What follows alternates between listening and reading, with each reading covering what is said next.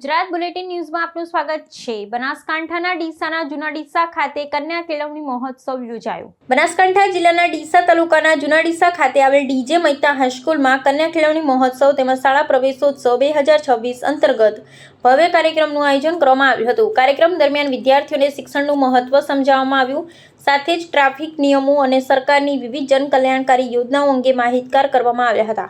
શાળાના પ્રાંગણમાં વૃક્ષારોપણ કરી પર્યાવરણ સંરક્ષણનો સંદેશ પણ આપવામાં આવ્યો હતો।